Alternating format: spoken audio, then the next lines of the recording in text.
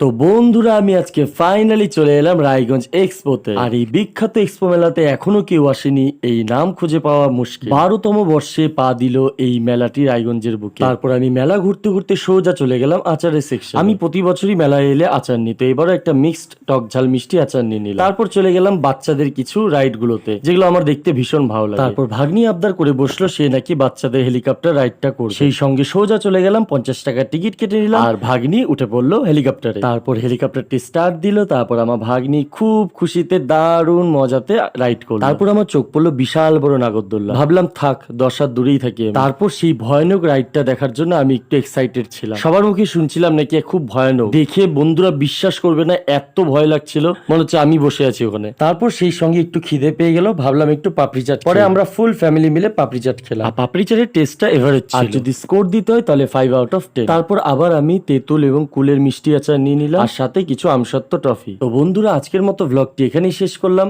আবার দেখা হচ্ছে তোমাদের সাথে নেক্সট ভ্লগে। Good bye.